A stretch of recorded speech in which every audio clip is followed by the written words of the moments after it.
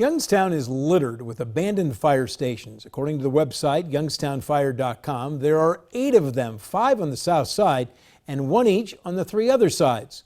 When Station 7 closes at year's end, there will be 9 abandoned stations, but in this case, there is an effort going on to repurpose it.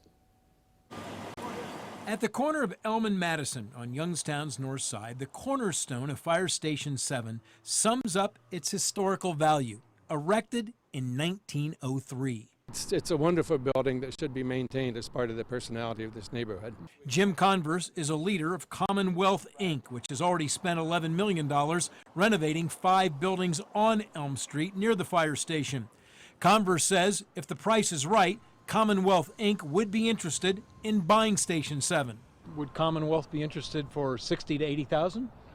We consider that as a possibility. One other potential buyer could be Youngstown State. When asked about purchasing the building, President Jim Trussell wrote, "We always look at real estate in our footprint."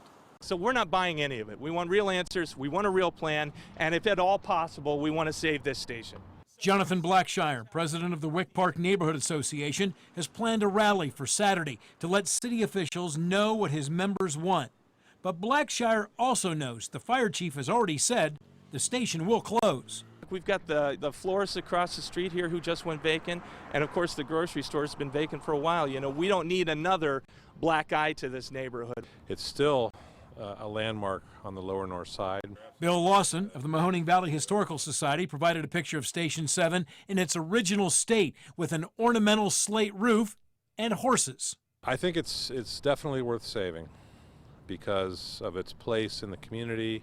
Restaurant would be a great thing for it, wouldn't it? It would be wonderful. We've also thought about having another bar. There's a lot of local craft breweries.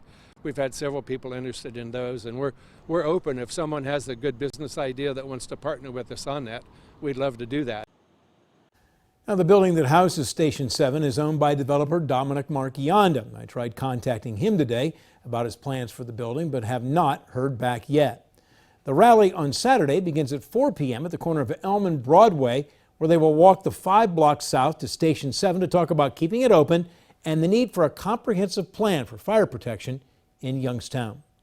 Also 5 blocks from Station 7 at Bryson and Woodbine is where a vacant apartment building stood for a better part of 20 years. It was a major eyesore in the Wick Park neighborhood.